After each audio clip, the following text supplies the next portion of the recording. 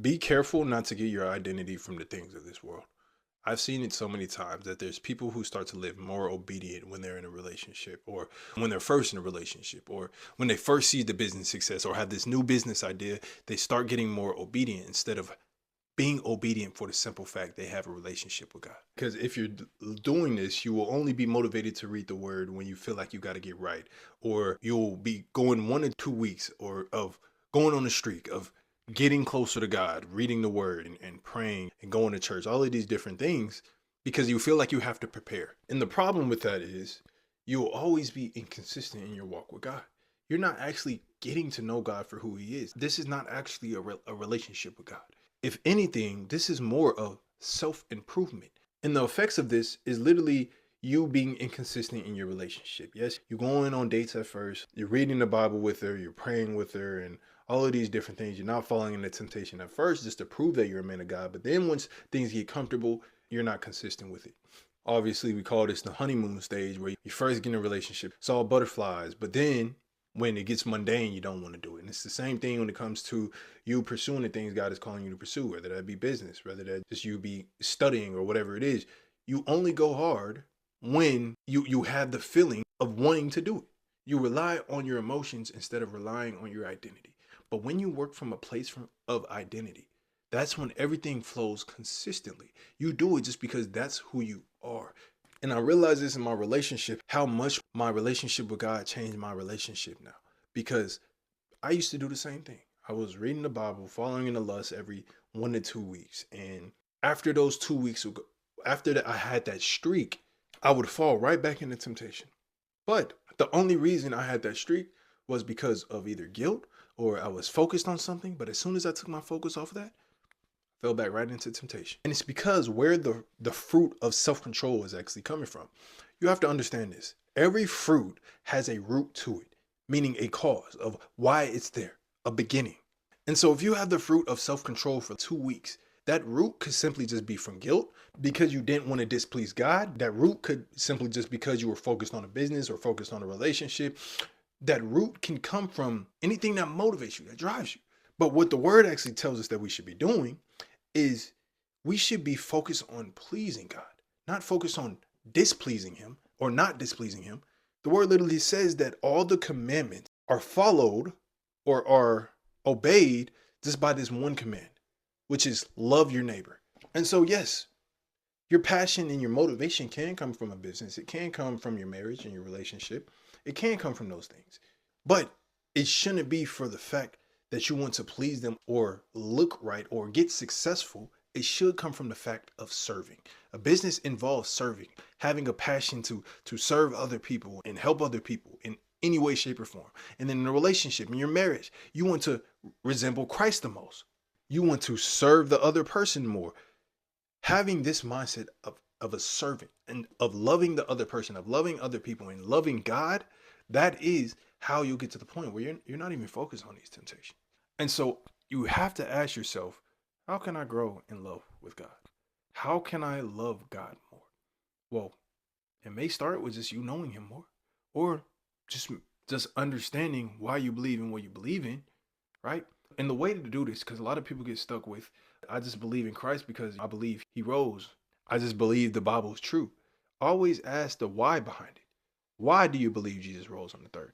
Why do you believe the Bible is true? These are questions that allow you to go deeper in your faith, because this even showed up in my relationship. This first showed up in my relationship with God when I started getting curious about God, and then this happened inside of my relationship. I start asking questions, not why as in questioning her character or my partner's character, but asking why she does certain things, why she lives the way she lives, or what are her hobbies, or what does she like to do, what is her mindset on certain things, getting to know who she is. And the more that I continuously do this, the more intimate we get. And the same thing in your relationship with God. You'll get more intimate with Christ the more that you deeply get to know who he is. And that's why the word even says that many will come to him on the day saying, Lord, I've done works in your name. I've done all of these things. I've read the Bible. I prayed. I went to church, all of these different things. And Jesus will reply, depart from me. I never knew you, because you just knew about God. But even the demons know about God, and yet they tremble. But do you actually know him? This is the difference between religion and relationship. And this is the difference that will help you be consistent and help you consistently bear the fruits of Christ. Because even if you are consistent, I noticed this because when I had this mindset of living in religion, I would get prideful. And that's why the Pharisees were so prideful. Because when you can do it with your own discipline and your own motive behind it, right? When you can overcome lust with your own motives, when you can overcome or when you can read the Bible with your own discipline just because you want to feel like that man, you'll get prideful about it. You'll be like, why aren't these other people reading the Bible? Right? Why aren't they reading the Bible as much as me? How can they claim to be more of a man of God than me when I'm reading this much, when I've been resisting temptation this long? All of these different things. And it makes sense. It boosts your head up because you do get discipline. You get that discipline. You are a disciplined person if you can read the Bible consistently without it coming from the Holy Spirit, because it can be difficult to push through the reading the Bible even when you don't want to. And so therefore, you'll start to want the glory. You'll start to want the credit instead of giving that credit onto God, or not even needing credit at all. Just doing it just because that's just who you are as a person. And you can say, I give all glory to God because he's renewed my mind. I didn't renew my mind. I wasn't the disciplined person. I just wanted to get to know who God was, and he just changed my heart. I just didn't want to do it no more. And I'll say this in the same thing in a relationship. It's just like when you take her out on dates or you do a lot of favors for her, you don't expect anything back. When you're working in the business, you're trying to be successful and doing all of these things, you don't expect the results. You just want to help people. And so you don't get discouraged from continuously doing what you're doing for the simple fact you're living from identity. This is what most people are missing in their walk with Christ, and is why they're so inconsistent. They're falling into lust every month and a half, all of these different things. Or they're reading the Bible so inconsistently. They're going to church sometimes, but they feel like it's boring. They have to take all their energy just to read the Bible or go to church. And this mindset will either leave you more prideful or it will leave you more discouraged because you feel like you're in this endless cycle of trying hard, going on the 3-month streak just to fail again.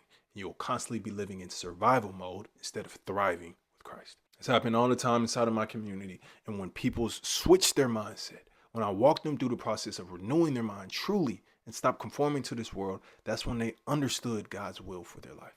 Which God's will for your life isn't just basketball or business and all these different things. It's not your career. It's the heart. How you were supposed to pray properly. How you were supposed to live as a man of God properly. And when you have that, you have a peace surpassing all understanding. And I had one of my guys from the community. He's about 6 months free from temptation now, half a year, which is crazy. And he recently even told me that he was getting tempted. And it was like, he thought this was over with. I'll never get tempted again. But he still ended up saying no. And it's not because of just being focused and just being really determined to say no to lust. But it was because that's just no longer who he was anymore. It's just like, I'm not going back to my old identity. I just can't bring myself to do it. And it's like, even if he did fall into temptation, he would know his identity is from Christ. And I promise you the same thing will happen in your life as well. So yes, appreciate you guys for watching. I hope you apply this to your life. I hope you took notes. And again, I appreciate you guys for watching. Appreciate all the support. If you want to support, link is down below. But if not, till next time, as usual, y'all stay blessed.